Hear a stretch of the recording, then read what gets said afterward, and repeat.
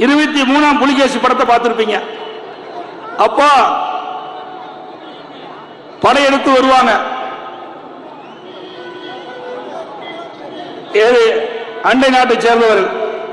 அப்போ வடிவேல் போய் ஒரு வெள்ளக்குடி பிடிச்சிட்டு ஆட்டிட்டு ஓடுவார். வெள்ளக்குடி பிடிச்சு நடமாடிட்டு போவார். அப்போ வெள்ளைக்கொடி ஏந்திய வேந்தன் என்று சொல்வார். வெள்ளைக்கொடி ஏந்திய வேந்தன் சொல்வார்.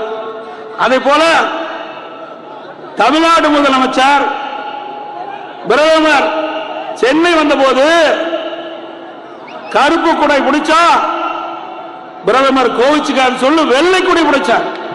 வெள்ளை குடை பிடித்தார். அதற்கு மக்கள்லாம் பேசிக் கொள்வது திரு ஸ்டாலினை பற்றி வெள்ளை குடை ஏந்திய பொம்மை வேந்தார். வெள்ளை குடை ஏந்திய பொம்மை முதல் என்று பட்டம் கொடுத்துடலாம்.